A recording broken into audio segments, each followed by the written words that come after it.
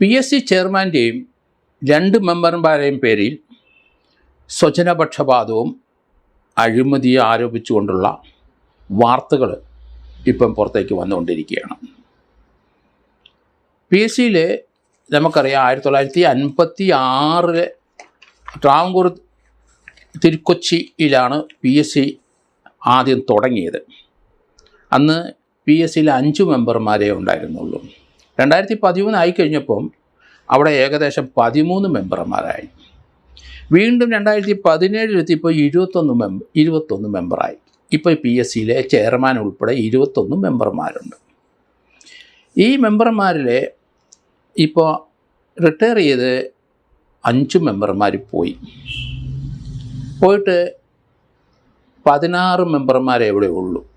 ഇടതുപക്ഷ ഗവൺമെൻറ് എന്തുകൊണ്ടാണ് ഈ 5 മെമ്പർമാരെ പോസ്റ്റ് ചെയ്യാത്തതെന്ന് നമുക്ക് വളരെ കൗതുകം ഉണർത്തുന്ന ഒരു കാര്യമാണ്.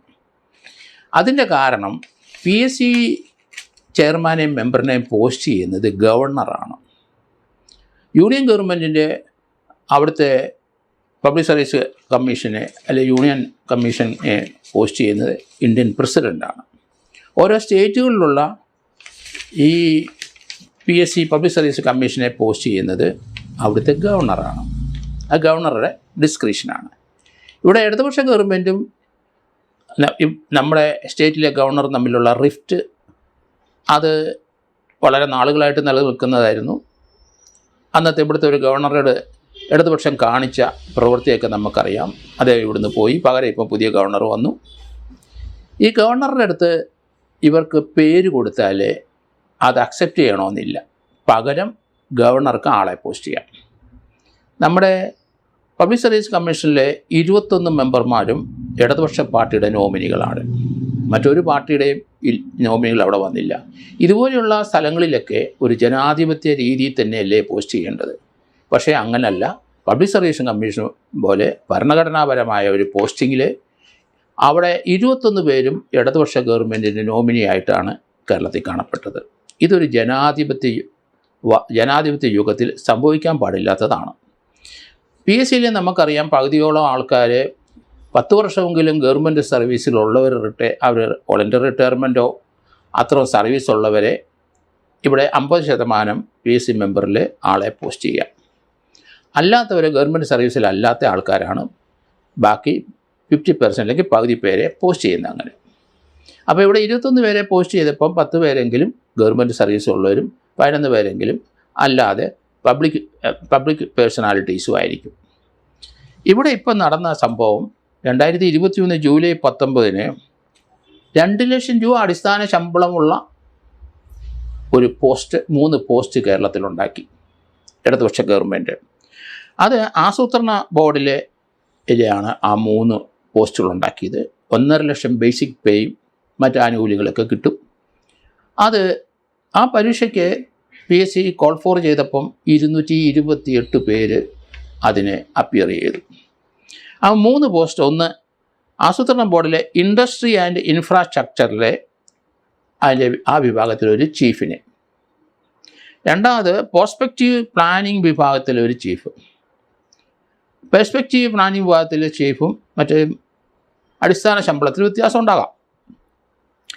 പിന്നെ പ്ലാനിംഗ് കോർഡിനേഷൻ ഡിവിഷൻ ചീഫായിട്ട് ഒരാളെ.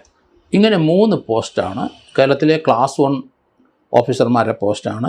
ഇവരുടെ ശമ്പളം കേരളത്തിലെ ഒരു സീനിയർ ജില്ലാ ജഡ്ജിയുടെ ശമ്പളത്തിനൊപ്പമാണ്. അത്ര ഉന്നതമായ പോസ്റ്റ്. ആ പോസ്റ്റിലേക്കാണ് ഈ കള്ളക്കളി നടന്നതെന്നാണ് ആരോപണം വന്നിരിക്കുന്നത്. അതിനകത്ത് 2021 ജൂലൈ 19 പ്രാഥമിക പരീക്ഷ നടത്തി. 2026 മെയ് 31 റാങ്ക് പട്ടിക പ്രസിദ്ധീകരിച്ചു. 2 പട്ടികയിൽ പ്രസിദ്ധീകരിച്ചപ്പോൾ അതിനകത്ത് ഒരു ആപ്ലിക്കൻ്റ് മനസ്സിലായി, ഒരാളെ ഇതിൻ്റെ റാങ്ക് ലിസ്റ്റുകളൊക്കെ കോപ്പി ഇയാൾ അപേക്ഷിച്ചിട്ട് അതിൻ്റെ ഡീറ്റെയിൽസ് ഒന്നും അറിയാതെ ഒരാളെ പോസ്റ്റ് ചെയ്തിരിക്കുന്നു. അതിനുശേഷം മറ്റൊരാളെയും കൂടെ പോസ്റ്റ് ചെയ്തിട്ട് കണ്ടു. അപ്പോൾ ഈ 228 പേര് പരീക്ഷ എഴുതിയതിൽ ഏകദേശം മുഴുവൻ ആൾക്കാർക്കും ആ പേപ്പർ വാല്യുവേഷൻ നോക്കിക്കഴിഞ്ഞപ്പോൾ അതിനകത്ത് ചില ക്വസ്റ്റ്യന് വാല്യുവേഷൻ നടത്തിയിട്ടില്ല, ആൻസർ. അതിനകത്ത് 58 ശതമാനം മാർക്കിൻ്റെ വാല്യുവേഷൻ കൃത്യമായിട്ട് നടന്നു. 42% മാർക്കിൻ്റെ ആ വാല്യുവേഷനകത്ത് കള്ളക്കളി കളിച്ചു. അതിനകത്ത് 1 മുതൽ 8 വരെയുള്ള ചോദ്യത്തിന് അത് വാല്യുവേഷൻ ചെയ്തിട്ടുണ്ട്. 9 മുതൽ 18 വരെ ഏകദേശം 10 ചോദ്യത്തിന് വാല്യുവേഷൻ നടത്തിയില്ല. അപ്പോൾ ഇതിനകത്തൊരു കാൻഡിഡേറ്റ് അയാൾക്ക് നന്നായിട്ട് പഠിച്ചു പോയി എഴുതിയ ആളാണ്, അയാൾക്ക് ലഭിക്കാത്തത് കൊണ്ട് അയാൾ തൻ്റെ ആൻസർ പേപ്പറിൻ്റെ കോപ്പി ചോദിച്ചു. അങ്ങനെ വിവരാവകാശം വെച്ച് ചോദിച്ചു കഴിഞ്ഞപ്പോഴാണ് കള്ളക്കളി ആ പയ്യന് മനസ്സിലായത്. അദ്ദേഹത്തിൻ്റെ പേപ്പർ വാല്യുവേഷൻ നടത്തി പേപ്പറിൻ്റെ ആൻസർ പേപ്പർ കിട്ടിയപ്പം അതിനകത്താണ് മനസ്സിലാക്കിയത് 9 മുതൽ 18 വരെയുള്ള ചോദ്യം 10 ചോദ്യത്തിന് വാല്യുവേഷൻ ഇങ്ങേരെ നടത്തിയില്ല. അതുകൊണ്ട് ഇദ്ദേഹം മറ്റുള്ള ആൾക്കാരുടെയും പേപ്പറിൻ്റെ വാല്യുവേഷനെ പറ്റി വിവരാവകാശം വെച്ച് ചോദിച്ചപ്പം ഈ ചോദ്യത്തിന് 9 മുതൽ 18 വരെയുള്ള ചോദ്യത്തിന് അവരുടെയും ആൻസർ പേപ്പർ വാല്യൂ ചെയ്തിട്ടില്ല. അപ്പോൾ 228 പേരുടെയും ആ 42% മാർക്കിനകത്ത് 9 മുതൽ 18 വരെയുള്ള ചോദ്യത്തിന് അതിൻ്റെ മാർക്ക് ഇടാതെ അത് നോക്കാതെ ആ വാല്യുവേഷൻ കംപ്ലീറ്റ് ചെയ്തിരിക്കുന്നു.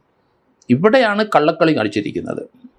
അങ്ങനെ വന്നപ്പോൾ ഈ 9 മുതൽ 18 വരെയുള്ള ചോദ്യോത്തരം എന്തുകൊണ്ട് നോക്കാത്തതെന്ന് പറഞ്ഞാൽ PSCക്ക് താല്പര്യമുള്ള 2 പേരെ അതിനകത്ത് തിരികെ 3 പേരെ 2-3 പേരെ തിരികെ കയറ്റണമെന്ന് ഉദ്ദേശിച്ചുകൊണ്ട് അവർ മോശമായിട്ട് എഴുതിയ ആൻസർ ആയിരിക്കണം 9 മുതൽ 18 വരെ. അപ്പോൾ അതങ്ങ് വാല്യൂ ചെയ്യാതിരുന്നാൽ അവർക്ക് നല്ല മാർക്ക് കിട്ടുമല്ലോ. ഇവിടെയാണ് ഈ കള്ളക്കളിയാണ് ആ കാൻഡിഡേറ്റ് കണ്ടുപിടിച്ചത്. അദ്ദേഹം ഇവിടെ അഡ്മിനിസ്ട്രേറ്റീവ് ട്രിബ്യൂണലിൽ പോയി പരാതി കൊടുത്തു. ആ പരാതി അനുസരിച്ച് അവിടെ PSC ചെയർമാനും മറ്റുള്ളവരും അവരുടെ കൗണ്ടർ അവിടെ വെച്ച് ഒക്കെ കൊടുത്തിട്ടുണ്ട്.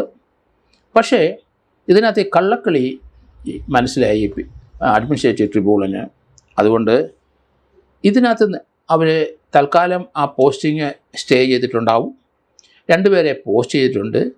ഈ കാൻഡിഡേറ്റ് അയാൾ ഈ ആൻസർ പേപ്പർ ചോദിച്ചപ്പം ഒരാളെയും കൂടെ അവർ ധൃതിക്ക് പോസ്റ്റ് ചെയ്തു. അതൊരു വലിയ മണ്ടത്തരമായി കാണിച്ചത്. എങ്ങനെയാണ് ഈ രീതിയിലുള്ള ഒരു ഭരണഘടനാപരമായ ഒരു പോസ്റ്റിങ്ങിൽ അത്ര ഉന്നതരായ വ്യക്തികളെ അറിവും വിവരവും ഉള്ളവരെ പോസ്റ്റ് ചെയ്ത് എന്ന് നമ്മൾ കരുതുന്ന ആ സ്ഥാനത്തിരിക്കുന്നവർ അവർക്ക് താല്പര്യമുള്ള ആൾക്കാരെ അവരെ നിർദ്ദേശിച്ച പാർട്ടിക്കാർ പറയുന്ന ആൾക്കാരെ അതിനകത്ത് പോസ്റ്റ് ചെയ്യുക, അവർക്ക് വേണ്ടി മാനിപ്പുലേഷൻ നടത്തുക, അതൊക്കെ ഭരണഘടനാപരമായ ലംഘനമാണ്. ഇതിനകത്ത് ഭരണഘടനാപരമായി 315 കോൺസ്റ്റിറ്റ്യൂഷൻ 315 പ്രകാരമാണ് യൂണിയൻ ഗവൺമെൻറ്റും അതുപോലെ സ്റ്റേറ്റ് ഗവൺമെൻറ്റും ഈ മെമ്പർമാരെ പോസ്റ്റ് ചെയ്യുന്നത്. കേരളത്തിൽ പബ്ലിക് സർവീസ് മെമ്പർമാരെ ഭരണഘടന 315 പ്രകാരമാണ് പോസ്റ്റ് ചെയ്യുന്നത്. അങ്ങനെ പോസ്റ്റ് ചെയ്യുന്നിടത്ത് ഇതുപോലെയുള്ള മാനിപ്പുലേഷൻ കള്ളക്കളിയൊക്കെ നടത്തിയെന്ന് ആരോപണം വന്നാൽ പിന്നെ എന്ത് ചെയ്യും എന്നുള്ളതാണ് മറ്റൊരു പ്രശ്നം. ഭരണഘടനയിൽ ഇരിക്കുന്ന ഇവർക്ക് എതിരായിട്ട് നമുക്ക് സുപ്രീം കോടതി മാത്രമേ പോകാനൊക്കുള്ളൂ. സുപ്രീം കോടതി ഇവർ കാണിച്ചത് തെറ്റാണെന്ന് കണ്ടുപിടിച്ച് കഴിഞ്ഞാൽ സുപ്രീം കോടതി അത് ഇന്ത്യൻ പ്രസിഡൻറ്റിന് റിപ്പോർട്ട് ചെയ്യും. ഇന്ത്യൻ പ്രസിഡൻറ്റ് ഈ പബ്ലിക് സർവീസ് കമ്മീഷൻ ചെയർമാനെ മെമ്പർമാരെ നീക്കം ചെയ്യും. അങ്ങനെ നീക്കം ചെയ്യിക്കുന്നതിനെതിരായിട്ട് ക്രിമിനൽ കേസിന് കൊടുത്ത ചരിത്രങ്ങൾ ഉണ്ടോ ഇല്ലയോ എന്ന് പരിശോധിക്കേണ്ടിയിരിക്കുന്നു. കാരണം സുപ്രീം കോടതിക്ക് മാത്രമേ ഇവരെ നീക്കം ചെയ്യാനോ ഇവരുടെ മിസ്കോണ്ടക്റ്റിനെതിരായിട്ട് എന്തെങ്കിലും ഒരു ഉത്തരവ് പുറപ്പെടുവിക്കാൻ കഴിയുള്ളൂ. സംസ്ഥാനത്തെ ഓരോ സ്റ്റേറ്റിലെയും ഡിവിഷൻ ബെഞ്ചിന് ഇവരെ നീക്കം ചെയ്യാനുള്ള അധികാരമില്ല. പക്ഷേ കേരള ഹൈക്കോടതിയിലെ ഡിവിഷൻ ബെഞ്ചിൽ ഈ ഒരു പരാതി കൊടുത്താൽ അത് തള്ളിക്കളയുമെന്ന് എനിക്ക് തോന്നുന്നില്ല. അത് പരിശോധിച്ചിട്ട് ഏതെങ്കിലും റെക്കമെൻഡേഷൻ സുപ്രീം കോടതിയിലോട്ട് പോകാൻ പറയും. പക്ഷെ കള്ളക്കളികൾ പരിശോധിക്കുന്നതിന് അത് ഡിവിഷൻ ബെഞ്ചിന് അധികാരമുണ്ട്. പക്ഷേ ഇവരെ നീക്കം ചെയ്യാനുള്ള അധികാരമില്ല. ഡിവിഷൻ ബെഞ്ചിൽ ഒരു പരാതി കൊടുക്കുന്നത് നന്നായിരിക്കുമെന്ന് എനിക്ക് തോന്നുന്നു. കൊടുത്ത ശേഷം അത് തള്ളട്ടെ, പക്ഷേ ഡിവിഷൻ ബെഞ്ച് അത് പരിശോധിക്കും. അതിനകത്ത് എന്താണ് കള്ളക്കളി നടന്നതെന്ന് ഉള്ള കാര്യങ്ങൾ അവിടെ റെക്കോർഡ് ചെയ്യും.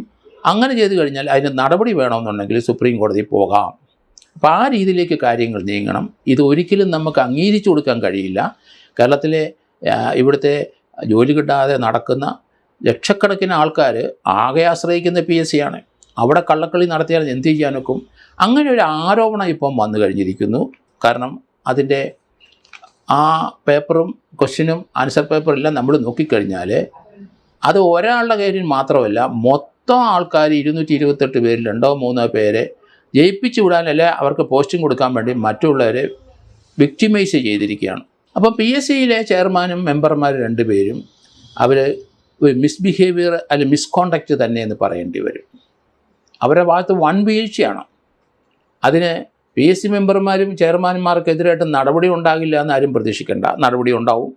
ഇന്ത്യയിലെ ഏത് ഉന്നതരായാലും ശരി, ഇവിടെ അവരുടെ ഭാഗത്ത് ഒരു മിസ്കോണ്ടക്റ്റ് ഉണ്ടായാൽ അത് ചോദ്യം ചെയ്യപ്പെടും. അത് സുപ്രീം കോടതിയോ അല്ലെങ്കിൽ ഹൈക്കോടതിയോ നമുക്ക് പോയി അതിനെ സംബന്ധിച്ച് പരാതി കൊടുക്കുന്ന ഒരു തടസ്സവുമില്ല. ഭരണഘടനാപരമായ ഒരു ബെഞ്ചിലിരിക്കുന്ന ആളാണെന്ന് നമ്മൾ വിചാരിച്ചോണം. അവരാണ് ഈ കള്ളക്കളി നടത്തിയെന്നാണ് ആരോപണം വന്നിരിക്കുന്നത്. അതുകൊണ്ട് സത്യസന്ധമായിട്ടൊരു പരാതി ആണ് ഇതെന്ന് നമുക്ക് അറിയാം. അത് ഇവിടുത്തെ അഡ്മിനിസ്ട്രേറ്റീവ് ട്രിബ്യൂണലിൽ അത് കണ്ടെത്തിക്കഴിഞ്ഞു. അവിടെ തീർച്ചയായിട്ടും പരാതി കൊടുത്തവർ തീർച്ചയായിട്ടും കേരള ഹൈക്കോടതിയിൽ പോകണം. ഹൈക്കോടതിയിൽ നിന്ന് ഇവരെ റിമൂവ് ചെയ്യാനോ ഇവർക്കെതിരായിട്ട് ക്രിമിനൽ നടപടി റെക്കമെൻഡ് ചെയ്യാനോ അധികാരമില്ലെങ്കിലും ഈ മിസ്കോണ്ടക്റ്റ് ഇവർ കാണിച്ച ഈ അഡ്മിനിസ്ട്രേറ്റീവായിട്ടുള്ള ഡിഫക്റ്റീവായിട്ടുള്ള ഈ ഒരു വാല്യുവേഷനും അവർക്ക് താല്പര്യമുള്ളവരെ പോസ്റ്റ് ചെയ്തതിനെപ്പറ്റിയും കേരള ഹൈക്കോടതി ഡിവിഷൻ ബെഞ്ച് പരിശോധിക്കും. അതിനകത്ത് എന്തെങ്കിലും ഉണ്ടെന്നുണ്ടെങ്കിൽ അവർക്ക് ഡിവിഷൻ ബെഞ്ച് അതിനകത്ത് പറയും, സുപ്രീം കോടതിയിൽ പോകാം. പക്ഷേ ഈ ഒരു മിസ്കോണ്ടക്റ്റ് പരിശോധിക്കുന്നതിന് കേരള ഹൈക്കോടതിക്ക് തടസ്സമൊന്നും ഉണ്ടാവില്ല എന്നാണ് ഞാൻ കരുതുന്നത്. അവിടെ നിന്നും അതിന് പണിഷ്മെൻറ്റോ അങ്ങനെയുള്ള രീതിയിലേക്ക് പോകണമെങ്കിൽ സുപ്രീം കോടതി ഈ ജഡ്ജ്മെൻറ്റ് സുപ്രീം കോടതി കൊണ്ടുപോയാലും മതി. അതുകൊണ്ട് ഈ കാൻഡിഡേറ്റ് ആ രീതിയിൽ നിയമപരമായിട്ട് മുന്നോട്ട് പോകുന്നത് ഉചിതമായിരിക്കും എന്നാണ് എനിക്ക് തോന്നുന്നത്. ഇത്ര അത്യുന്നത പോസ്റ്റിലിരിക്കുന്നവർ അവരെ ആരും പിടിക്കില്ല, അവർക്ക് ഒരു പ്രൊട്ടക്ഷനുണ്ട് ഭരണഘടനമായി എന്നൊന്നും ധരിക്കരുത്.